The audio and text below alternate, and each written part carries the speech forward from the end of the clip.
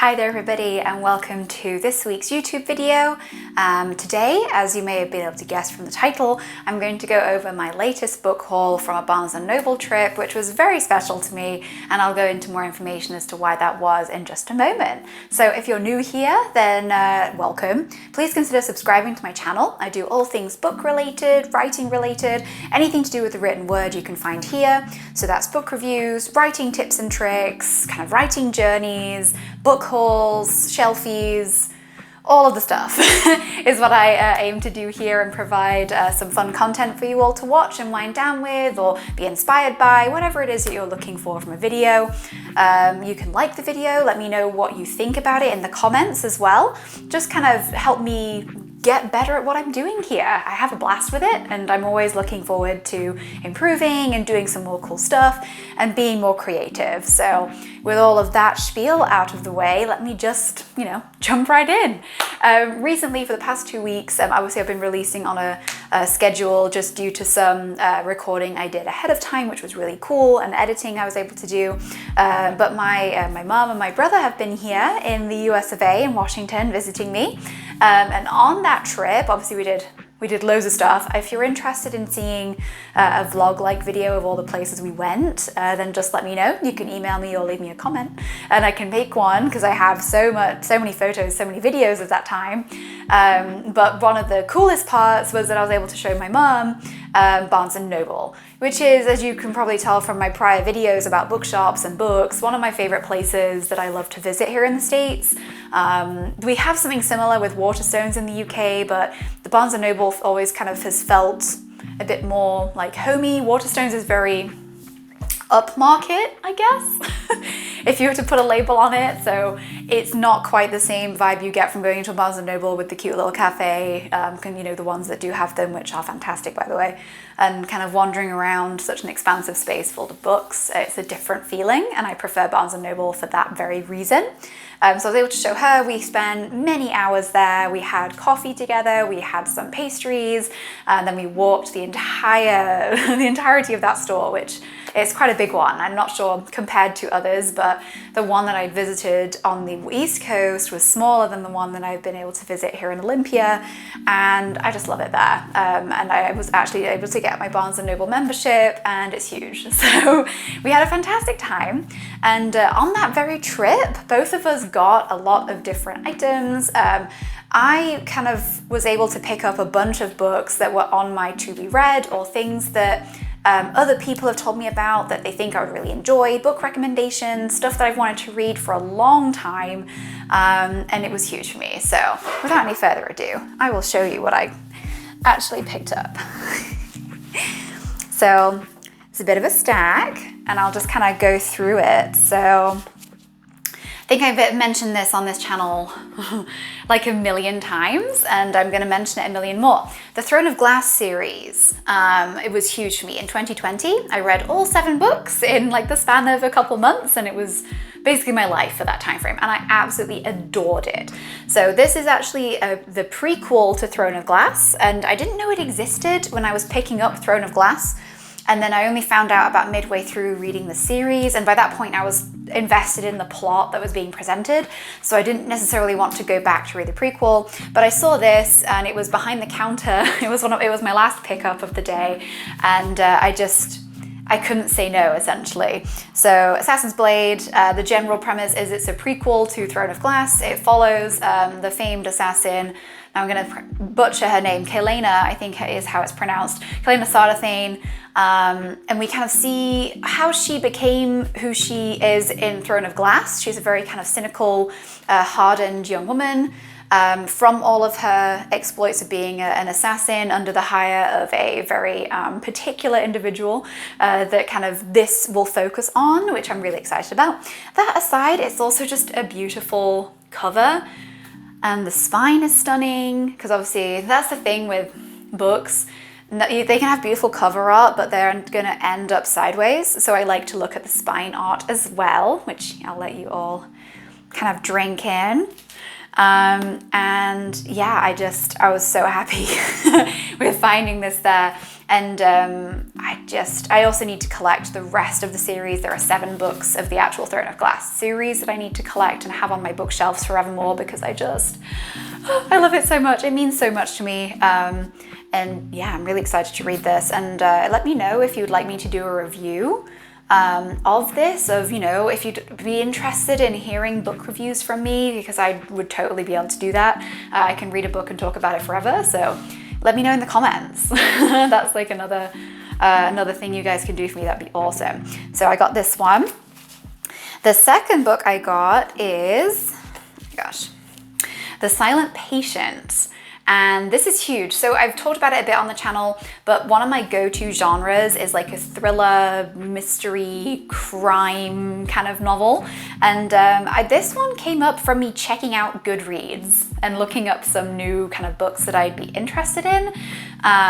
And multiple friends in the Bookstagram community also said, like, hey, if you really liked this other stuff, which I did, for example, The Whisper Man by Alex North, and I'd also read In the Woods by Ruth Ware, but I was on a huge crime and thriller binge for a while. They said that this one was really cool and very chilling, like a kind of, I don't know, just like the feeling of it, like the blurb gives a really chilling kind of creepy vibe to it with the kind of crime and thriller, and it's very psychiatric, it's very psychologically based, and I love those kinds of thrillers, and I haven't been able to find a good one for some time. So I was super excited to find out about this one, and seeing it in Barnes & Noble, I couldn't really resist it. I just picked it up straight away and was like, okay, I don't care. I've got to take this one home with me. I have to read it. And it's going to be you can kind of see from the size of it, just like from the spine and stuff. It's not going to be a hugely long read, so it's going to be great for me to read in between books from my book club that I host at my work. I'm so stoked. General kind of overview of this for those of you who have not encountered it but also love thrillers and crime. It's about a woman who just one evening snaps and shoots her husband to death, like kind of very violently, and then she doesn't say anything else. So she's kind of booked into a psychiatric ward, and it's about the psychiatrist trying to get her to talk and figure out why she did this and stuff like that. And the general feeling is that it's not all as it seems, and it's all kind of creepy and weird, and yeah, I'm excited to read it. This was a huge pickup for me. I've also heard really good things about Alex. Oh my gosh, I really don't want to mispronounce it. Michaelides? Alex Michaelides. I'm going to go with this from my very limited Greek history lessons. I'm pretty sure this is indeed a Greek name. Alex Michaelides. I've heard fantastic things about him as an author, and I really want to pick up The Maidens, which is another novel of his after finishing this one. So super happy, and I'm really sorry if you can hear my cat in the background. She's decided that she just needs to be in this room right now, even though it's totally not somewhere that she ever comes into. I love her though. Anyway, those were my 2 kind of singular paperbacks I picked up, and then you might have been able to see when I held up the stack, this beauty, aka a box set, and specifically the box set of the Folk of the Air series by Holly Black. So this is kind of like a somewhat long story. I love Cassandra Clare as a writer. I've talked about it all the time on the channel, so I apologize if I sound like a broken record, but I love the Shadowhunter novel series that Cassandra Clare does. And I noticed, like, through me following her on like socials and being part of her newsletter, she collaborates a lot with and also writes with Holly Black. So I was like, oh, this is really cool. Let me check out some of Holly Black's work. This was years ago, mind you, and I never quite got round to actually picking up any of her stuff. But then I started seeing a lot about the Folk of the Air series, and specifically the first book, The Cruel Prince. And its premise sounded really interesting to me. The general kind of gist I can get is that it kind of features fae, which is a huge thing I've been into for it lately with me reading Throne of Glass and the Court of Thorn and Roses series. It features like the kind of wicked, devious side of the fae, and specifically follows like a prince, aka the Cruel Prince, noted in here, and a slave, a human slave called Jude, I think her name is, and kind of the kind of general bitterness of like how she became indentured there and in the kingdom, and it's all very cruel and wicked and really crazy stuff happens. And I don't know why, but the general dark vibe that I was getting from people's book reviews about it, like spoiler free, obviously, I was like, oh, this sounds really interesting. And I saw that they had the paperback, just like without the box set editions at Barnes & Noble. And I was almost going to grab them. And then I thought, you know, okay, I can live without those. I'm really happy with, in this case, at this point, I only had The Silent Patient in my basket.